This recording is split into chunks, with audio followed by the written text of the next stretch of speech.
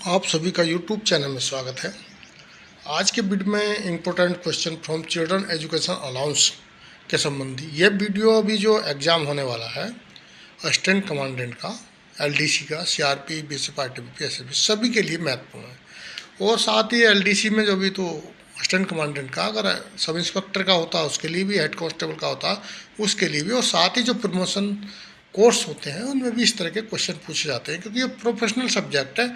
इधर आपके promotion course में प्रोफेशनल सब्जेक्ट को एक क्वेश्चन पेपर होता है, दूसरा LDC में। और जो मैंने कुछ मॉडल पेपर बनाए हैं तो ये आपका LDC एग्जाम का सिलेबस है। ये कॉमनली यानी कि दो तरह के क्वेश्चन आते हैं आपके प्रोफेशनल में। एक तो आता है जैसे CRP के एक्ट रूल्स ही आएंगे तो CRP वालों के लिए, लेकिन उसमें 50% ही क्वेश्चन होते हैं। 50% ऐसे टॉपिक हैं जैसे CA हो गया, HRA हो गया, BNS हो गया, BNS हो गया, यानी कि जिनको CRPC IPC बोलते थे वो हो गया, पैरामिलिट्री फोर्सों के संबंधी क्वेश्चन हो गए, वेपन के संबंधी क्वेश्चन हो गए, GPS, कंपास, ऐसे बहुत सारे, और ये सब सिलेबस के ही टॉपिक है। तो आज के वीडियो में हम जो बात करेंगे चिल्ड्रन एजुकेशन अलाउंस से जो क्वेश्चन आए हैं उसके आधार पर क्या क्या क्वेश्चन बन सकते हैं। ज़्यादा नहीं, 20 ही क्वेश्चन मैंने बनाए हैं, लेकिन ये 20 क्वेश्चन एक बार देख लिए तो इस टॉपिक से आप आसानी से कर पाएंगे।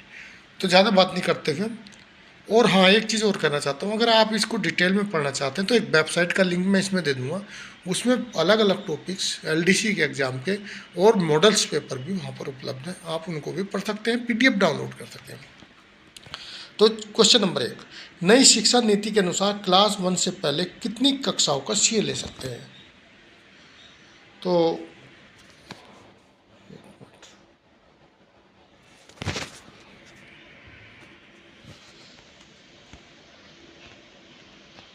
ये 3 क्लास का CA,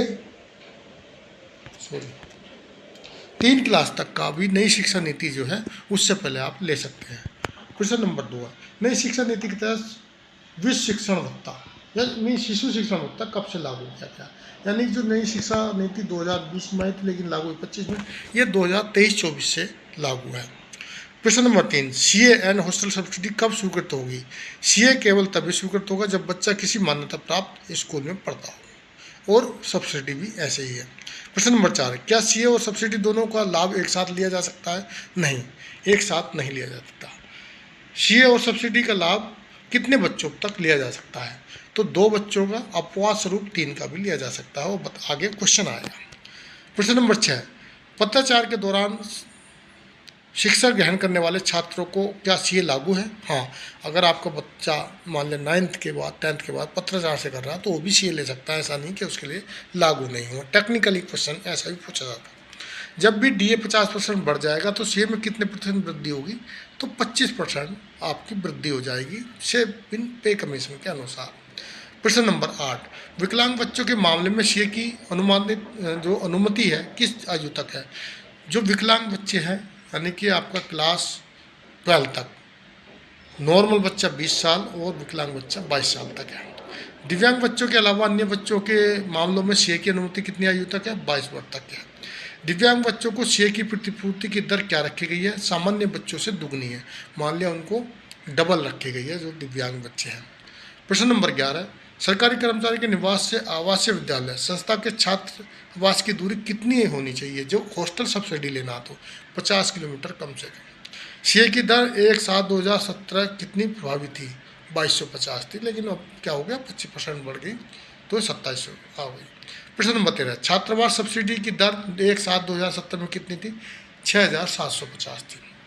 तीसरे बच्चे के लिए CA स्वीकृत होगा कब हो सकता है, यानी कि जैसे कि मैंने बताया कब स्वीकृत हो सकता है, तो नसबंदी ऑपरेशन की विफलता के मामले में बच्चा पैदा हो या जुड़वा बच्चा पैदा हो, तो इसी में तीसरे बच्चे का CA होगा।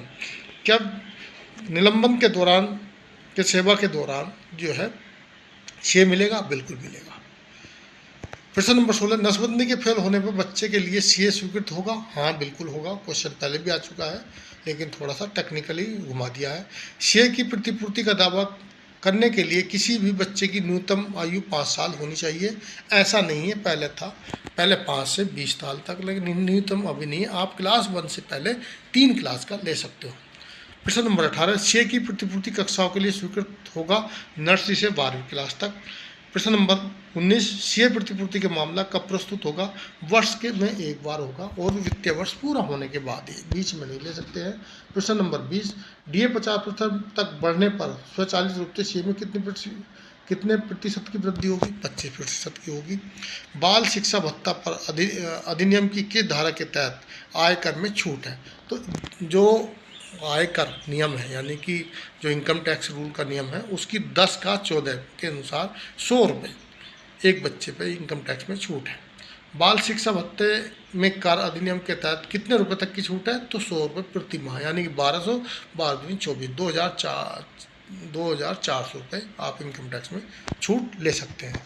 तो सीए से इतने ही क्वेश्चन थे। एक या क्वेश्चन आपका इसको एक या दो क्वेश्चन इससे पूछा जा सकता है, और ये बहुत सारे क्वेश्चन बन सकते हैं, लेकिन मैंने जो पहले क्वेश्चन आए हैं उसके आधार पर ये क्या, आप जो है ये क्वेश्चन देखना चाहते हैं तो आप वेबसाइट जो लिंक दिया हूँ उस पर जाके बहुत सारे टॉपिक के अलग अलग क्वेश्चन भी, मॉडल पेपर्स भी, वहाँ पर आपको एलडी के संबंधी जितने टॉपिक हैं वो मिल जाएंगे। वीडियो अच्छी लगी तो वीडियो को लाइक कर दें, दोस्तों को शेयर कर दें, चैनल को सब्सक्राइब कर लें। वीडियो देखने के लिए